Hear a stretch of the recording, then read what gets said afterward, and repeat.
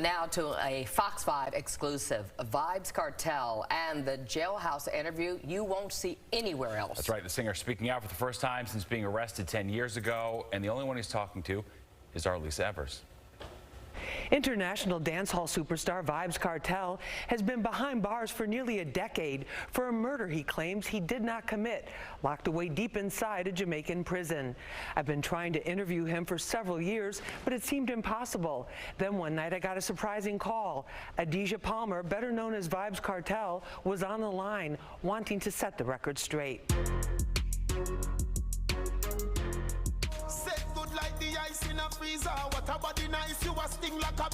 Vybz Kartel is many things, an incredibly prolific artist in the dancehall reggae genre who's managed to dominate the music scene despite being locked down.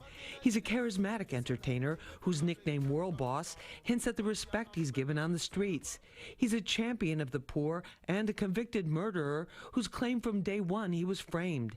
His talent, drive, intelligence, and wicked wit have never been in question. Now the only question is whether his last legal appeal to the highest court in the UK will determine he was convicted based on falsified phone evidence. A lot is on the line. He could be a free man by 2022 or an inmate for 30 or more years. It's enough to send anyone into depression, but not Vybz Kartel. I hope you're hearing me. Yes, yes. As you look around the cell that you're in right now, can you describe for us what that looks like? It's dark. It's hot.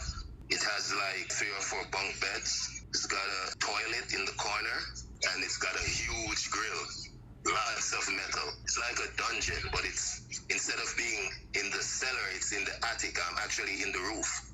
You say you're in a better place mentally than physically. A lot of people would find that hard to believe.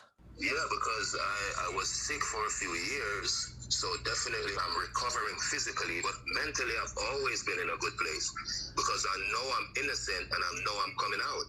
Do you really believe that? Yeah, of course I believe that. And to be totally honest, the system really wanted me thrown away. It was never about me being charged for a murder. It was about getting rid of Vybz Kartel, not Adidja Palmer, the person.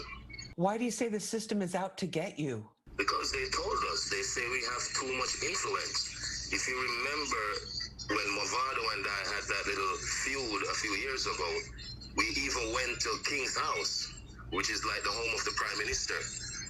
And they were telling us that, oh, we're leading the kids astray, and if we don't stop what we're doing, we're not going to get any permission to do shows and stuff like that. So it has always been about the influence that Vybz Kartel has. The dancehall music genre, like gangster rap, does not shy away from lyrics that talk about guns and street violence, as well as sexually explicit content. How do you keep your spirits up in prison? That's a good question. That's why I said I'm more mentally in a better place, because I read a lot, I write a lot. You know, I watch movies, I listen to music, and I've met people here that are cool, like cool people that we can talk about stuff. You know, good friends along the way. So that's how I spent my time. You've had a lot of songs come out since you've been incarcerated. About how many songs have you written during this last decade that you've been behind bars? Lots of songs, I can't even count. At one point, I was sending out like 3-4 books a month, because when I write the songs, I usually send the books out when I get visits. Thousands of songs, really. And I know all of them are not going to be able to get released maybe in the span of my career, but you know, I just keep writing and writing. It makes me better.